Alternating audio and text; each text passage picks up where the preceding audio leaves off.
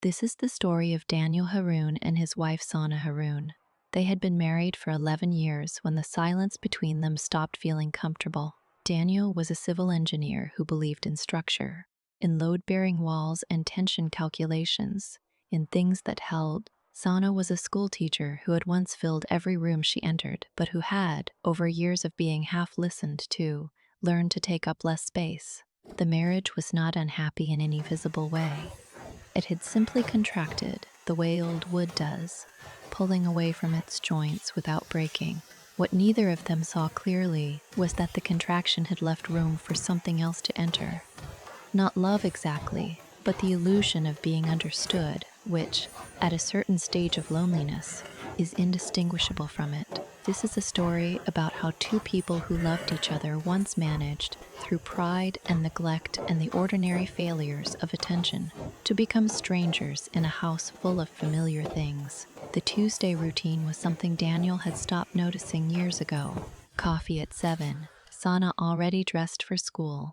The two of them moving around the kitchen in the efficient choreography of people who know each other's physical habits without knowing much else. She made eggs when she had time. She didn't have time on Tuesdays.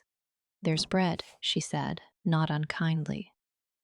"I'll grab something at the site." This was the full exchange most mornings. Not cold, not warm, functional, the way a staircase is functional. You use it without thinking about it until the day it gives. Their apartment in Lahore was in a mid-rise building that Daniel had privately assessed and found structurally sound, which was either reassuring or a joke at his own expense, depending on his mood. They had moved here 3 years ago after his mother passed, and they sold the family house. Sana had wanted something with a garden. They'd compromised on a fourth-floor view of the street, and a compromise had settled between them without resolution, the way some compromises do. He loved her. He would have said so if asked. He simply expressed it in the way he always had, by solving problems, by being financially steady, by being present in the room. What he didn't understand, and wouldn't for a long time, was that presence in a room and emotional presence are not the same thing, and that Sana had stopped expecting the latter so gradually that she hadn't registered the loss as loss. She had simply reorganized herself around its absence. It was through school that she met Bilal. He taught mathematics 2 classrooms down. He was 38, divorced, the kind of man who asked follow-up questions. Sana mentioned him to Daniel in early spring. Bilal from work thinks the new principal is undermining the senior staff, and Daniel had nodded and returned to his phone. He would remember this moment later with an accuracy that hurt him. Bilal appeared in the story the way people who matter first appear, unremarkably. He came to their home once for a faculty gathering Sana had hosted. Daniel remembered shaking his hand, a firm, ordinary handshake, and thinking nothing. He remembered Bilal laughing at something Sana said, and Sana laughing back and thinking only that it was good she had colleagues she liked. He was not a jealous man. He considered this a virtue. He would later wonder if it had been something else entirely. Not virtue, but inattention dressed in the language of trust. Sana was careful in those early months, or perhaps it was that nothing had happened yet that required carefulness. She came home at her regular time. She graded papers at the dining table. She asked Daniel about his projects and listened to his answers with the particular quality of attention she had been giving him for years, present but not quite absorbed, as though tuned to a frequency slightly adjacent to his. There was one evening in April that Daniel would return to in his mind repeatedly in the months that followed. They had finished dinner, and the television was on, and Sana was looking at her phone with a small, involuntary smile. The kind that surfaces before you remember to manage your expression. It lasted perhaps 2 seconds. She glanced up, found him watching, and the smile disappeared into a neutral look. "What?" she said. "Nothing," he said. "You looked happy." She held his gaze for a moment. "I am happy." She went back to her phone. He went back to the television. The evening continued as evenings do, but the smile stayed with him, not as evidence of anything, not yet, but as a small, sharp thing, lodged somewhere below understanding. The feeling was not jealousy. It was something quieter, It was the recognition that her happiness had arrived from somewhere outside the room, and that this was not new, only newly visible. He didn't say anything else. He wasn't sure what to say. He was not, he told himself, the kind of man who interrogated his wife over a smile. He made tea and brought her a cup without being asked. She thanked him without looking up. The gesture was genuine. It was also insufficient. He knew this, but didn't know what the sufficient gesture would have been, and so he did nothing further, and the evening closed over the moment the way water closes over a stone. May came with a particular heaviness that year. Daniel was on a government contract that kept him at sites until 7 most evenings, sometimes later.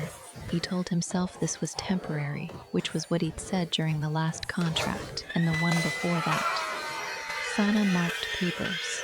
She attended a 2-day teacher's development seminar in the first week of May and came back quieter than she'd left, but a different kind of quiet, not depleted, but privately full of something she wasn't sharing.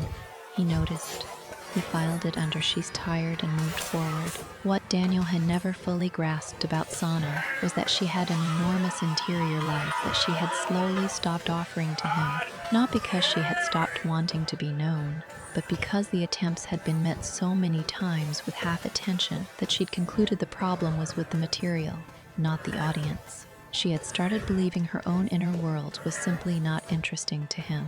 She had compensated by becoming more competent, more self-contained, more quietly impressive at school. A teacher who had a reputation among parents as someone who genuinely saw their children, she gave students what she'd stopped receiving at home, the feeling of being fully heard. Bilal heard her. This was, in the final analysis, the whole of it. She didn't fall in love the way she'd fallen in love with Daniel, which had been quick and certain and physical. This was slower and more frightening, a growing recognition that someone's mind and company were becoming necessary. She would tell herself it was friendship through June. She would have been half correct. Daniel began to feel it as a texture change he couldn't name. Sana wasn't cold. She remained functionally warm, responsive, present enough. But there was a new interiority to her that excluded him. She had always had private thoughts. This was different. This was a private world with a specific other person in it, and some part of him registered the dimensions of the absence without being able to locate its source. They had dinner with Sana's brother Tariq and his wife in mid-May. The conversation was ordinary. Work, the rising cost of everything. Whether Tariq's daughter should change schools. On the drive home, Sana was quiet in that privately full way again. "Good evening," Daniel said. "Yes," she said. "Tariq looks tired. He's been pushing himself." A pause. Then, "Do you think we push ourselves for the right things?" He glanced at her. The road was wet from an earlier rain. "What do you mean?" She looked out the window. "I don't know." "Forget it." "No, tell me." "It's not a whole thought yet," she said, and that was the end of it. But it stayed with him. Not as a warning, but as a question he couldn't answer because he wasn't sure it was being asked about him. He wanted to ask her directly what she meant. He wanted to say, "I feel like I've been missing something and I can't work out what." He was not skilled at saying these things. He had been raised by a father who expressed love through provision and a mother who expressed it through endurance. And somewhere in him, the vocabulary for emotional directness had never fully developed. He worked late 2 nights that week. She did not comment on this. In June, he found the second phone. He wasn't looking for it. He was reaching into the glove compartment of her car for a pen. She borrowed his car and he borrowed hers, and his hand closed around something slim and unfamiliar. A basic smartphone, cheap, not her usual brand. He sat with it in his hand for a long time.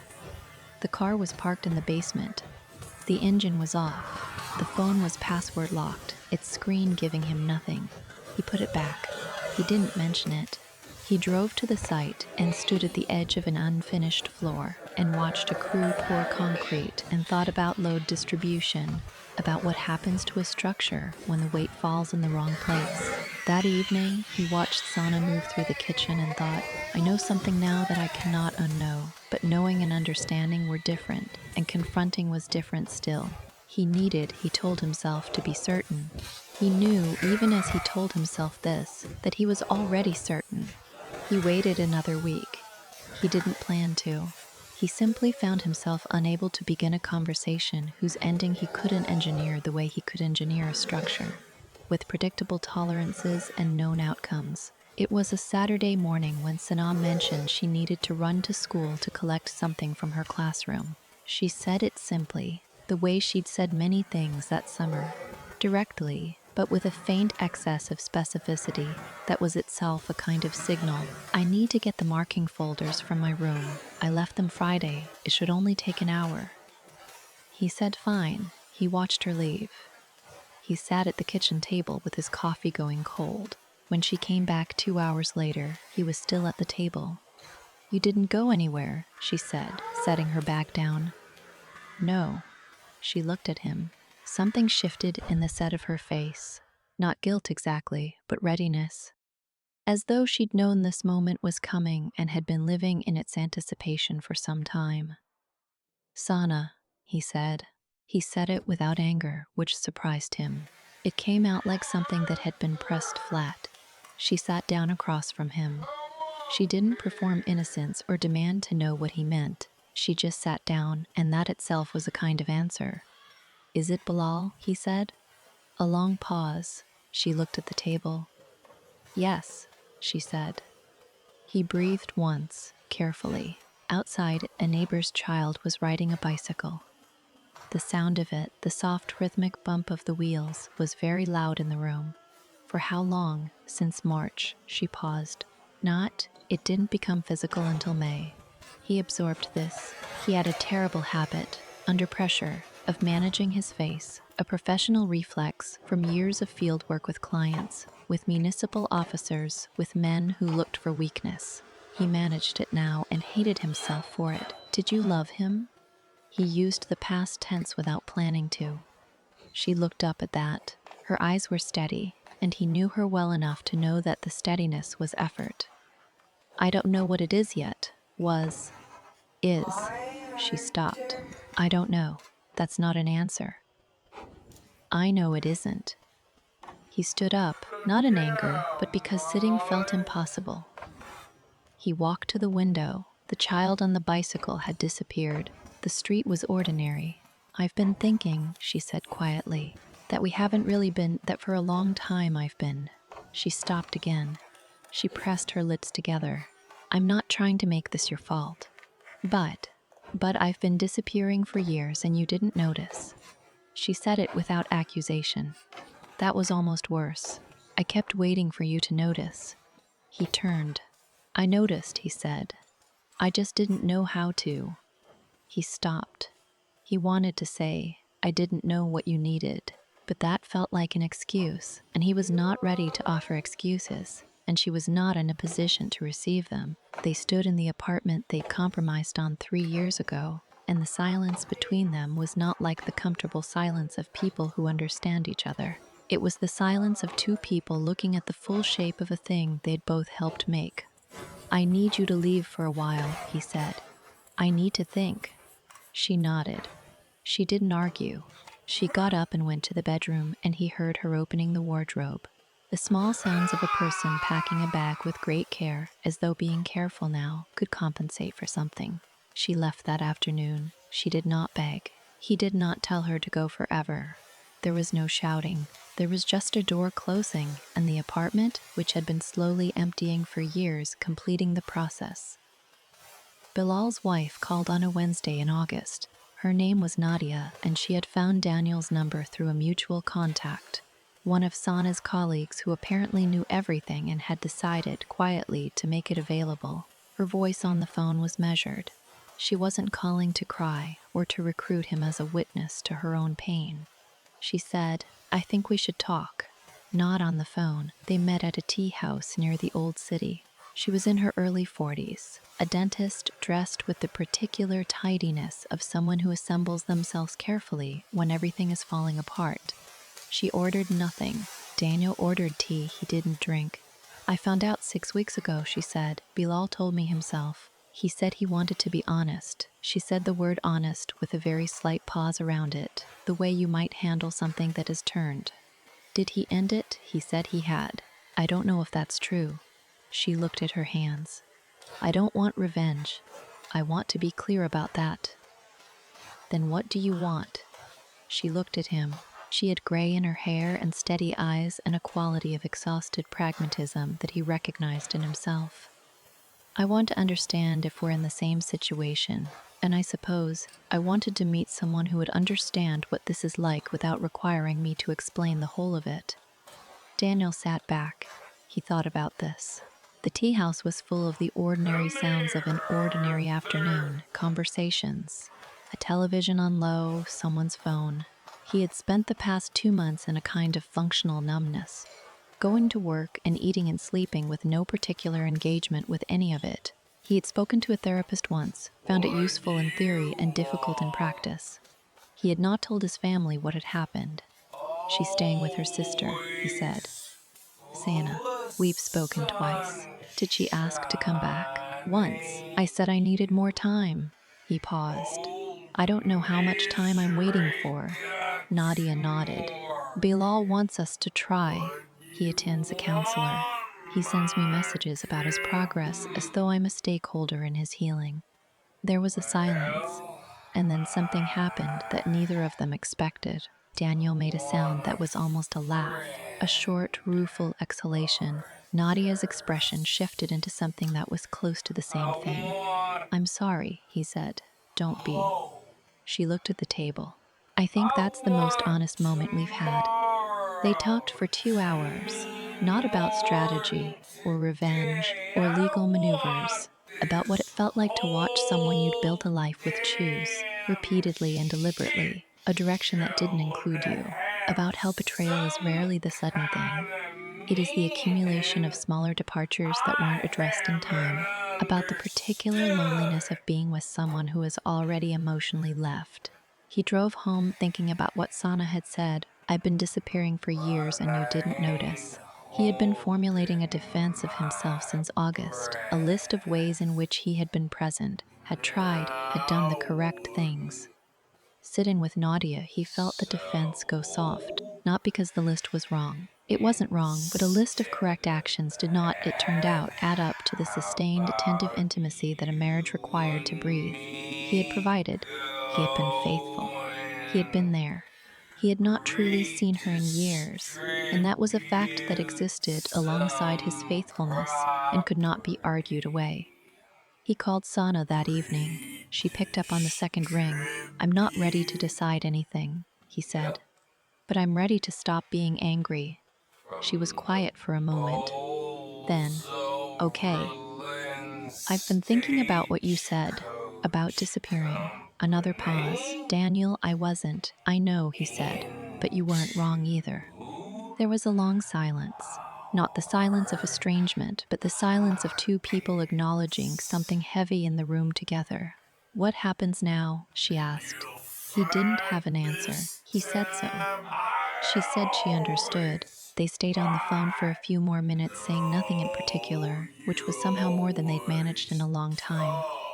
9 months later, the apartment was being divided, not broken into. The word divided was one Daniel had settled on deliberately, the way an engineer settles on precise language, because imprecision causes structural failures.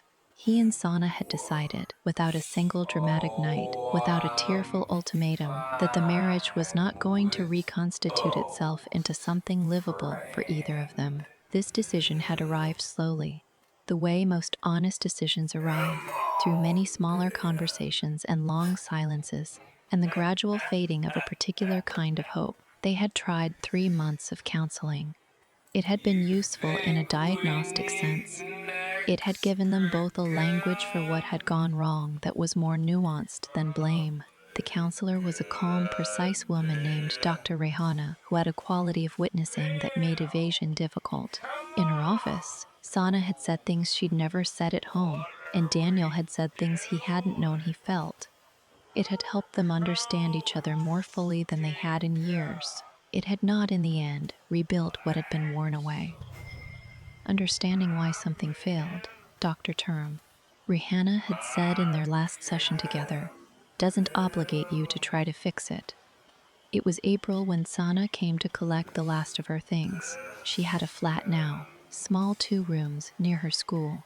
She had bought plain furniture and a plant that Daniel suspected she'd kill because she had always been neglectful of plants. And this thought arrived with a tenderness that startled him with its completeness. She moved through the apartment with the care of someone who was trying to take up as little space as possible. He had already sorted what was hers from what was his. The apartment bore the evidence of this sorting: gaps on shelves, a wall with a bright rectangle where a print used to hang.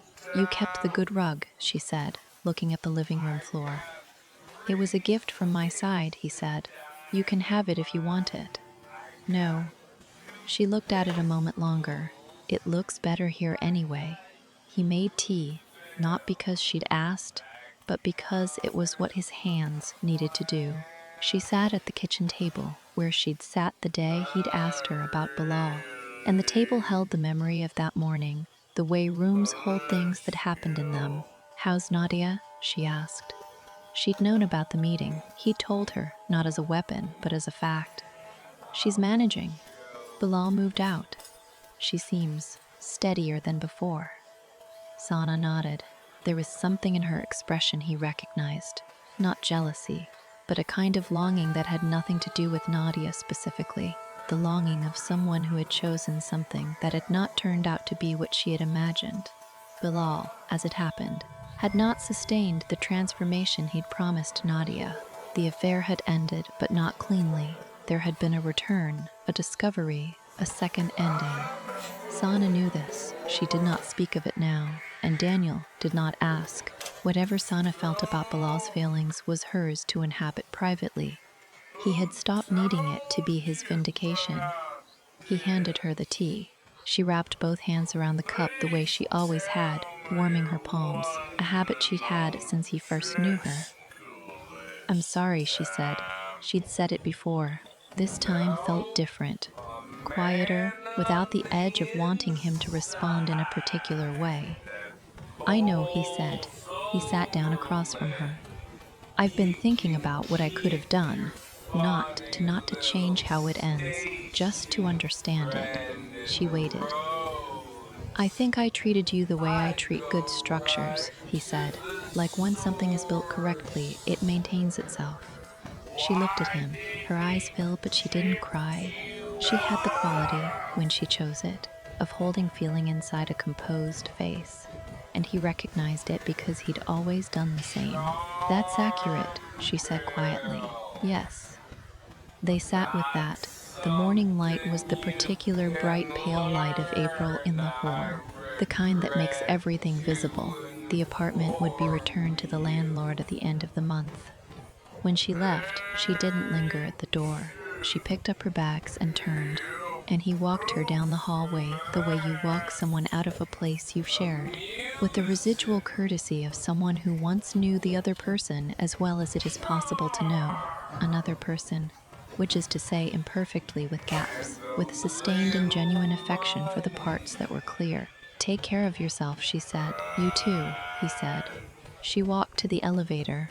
He stood in the doorway until the elevator came, which is what he would have done for any guest, and she was that now. A guest in the life they'd shared, and he in hers. He went back inside and stood in the apartment's particular silence. Not the silence of the past 11 years, which had been the silence of a marriage contracting. This was different. It was the silence of a room that had been emptied with care and was waiting to be filled with something else, though what that something was, he did not yet know. He stood at the window and looked at the street. He thought about Nadia, who had called last week to say that she was considering selling her practice and starting something smaller. He thought about how she'd sounded, tired still, but purposeful, moving. He thought about how little drama had attended the most significant thing that had happened to him in a decade. No confrontations that would make a story. No clarity arriving in a flash. Only this, slow understanding, partial and incomplete, assembled over months from evidence he'd been too incurious to gather while the gathering would have counted. He thought of Sana in her new flat, arranging plain furniture. He hoped she was all right. He believed that he meant this, not as charity, not as the performance of a forgiving man, but as the simple and complicated truth that even imperfect love, when it is real, does not fully switch off. It only finds a different register, quieter, without expectation, something closer to wishing the other person well in their own absence from your life. That was what remained, not bitterness, not closure, which is a fiction people tell themselves to make endings feel more like achievements. Just two people who had been very important to each other, who had failed each other in specific and recoverable ways that they had nonetheless not recovered from. Going forward now on separate roads in the same city, carrying the knowledge of what had been and what had not been enough, which is the particular weight that only the end of a long love leaves behind. Not crushing, but constant. Not grief exactly, not quite peace, something in between, which has no clean name, and which anyone who has loved for a long time and then stopped will recognize immediately and never fully explain.